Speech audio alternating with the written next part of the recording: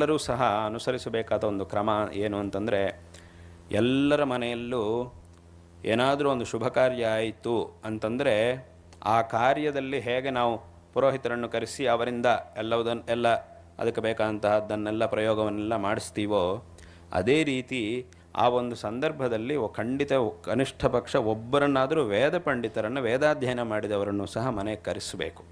ಕರೆಸಿ ಅವರಿಗೂ ಸಹ ಒಂದು ಗೌರವನ, ಏನಾದರೂ ಒಂದು ಪಾರಾಯಣ, ಅವರು ಬಂದು ಮನೆಯಲ್ಲಿ ಏನಾದರೂ ಒಂದು ಪುರೋಹಿತರು ಬರ್ತಾರೆ, ಅವರ ಆ ಪ್ರಯೋಗವನ್ನೆಲ್ಲ ಮಾಡಿಸ್ತಾರೆ. ಪುರೋಹಿತರು ಮಾಡುವಂಥದ್ದು ಪ್ರಯೋಗ.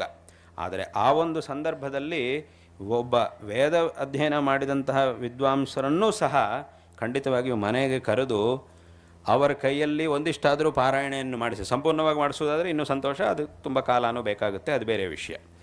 ಆದರೆ ಖಂಡಿತವಾಗಿ ಅವರನ್ನು ಕರೆಸಿ ವೇದ ಪಾರಾಯಣೆಯನ್ನು ಸಹ ಸ್ವಲ್ಪ ಹೊತ್ತಾದರೂ ಮಾಡಿಸಲೇಬೇಕು. ಆ ಒಂದು ಕ್ರಮವನ್ನು, ಆ ಒಂದು ಕ್ರಮ ಪುನಃ ಎಲ್ಲ ಕಡೆಯೂ ಬರಬೇಕು, ಎಲ್ಲ ಕಡೆಯೂ ಸಹ ಅದು ಬರಬೇಕು. ಪುರೋಹಿತರನ್ನು ಕರೆಸ್ತೀವಿ, ಅವರು ಪ್ರಯೋಗ ಮಾಡಿಸ್ತಾರೆ, ಆಗೋಯ್ತು. ಕೆಲವು ಕಡೆ ಆ ಥರ ಕ್ರಮ ಇದೆ, ಅನೇಕ ಕಡೆಗಳೆಲ್ಲ ಕ್ರಮ ಇದೆ. ಏನಾದರೂ ಒಂದು ಶುಭ ಕಾರ್ಯ ಆಯಿತು ಅಂತಂದರೆ ಮನೆಯಲ್ಲಿ ಈ ಪುರೋಹಿತರು ಅವರು ಮಾಡುವಂತಹ ಪ್ರಯೋಗ ಅದೆಲ್ಲ ಬೇರೆ.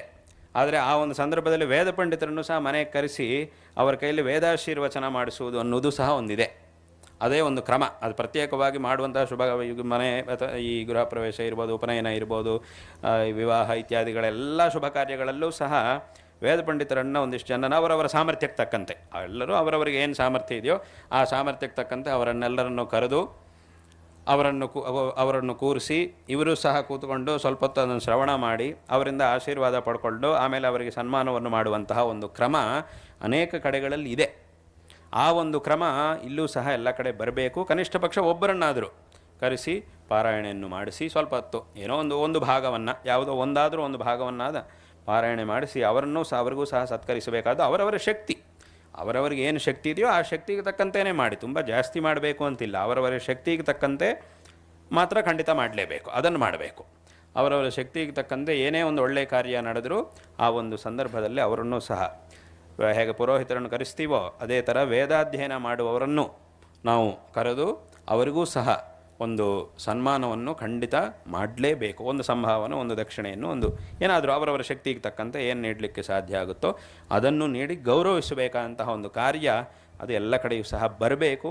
ಒಂದು ಕಾಲದಲ್ಲಿ ಇದ್ದಿರ್ಬೋದು, ಅದು ಬೇರೆ ವಿಷಯ. ಆದರೆ ಪುನಃ ಅಂಥದ್ದನ್ನು ಎಲ್ಲರೂ ಸಹ ರೂಢಿ ಮಾಡಿಕೊಳ್ಳಬೇಕು ಅನ್ನುವಂತಹ ಒಂದು ವಿಷಯವನ್ನು ಈ ಸಂದರ್ಭದಲ್ಲಿ ನಾವು ಹೇಳಬಯಸ್ತಾ ಇದ್ದೇವೆ.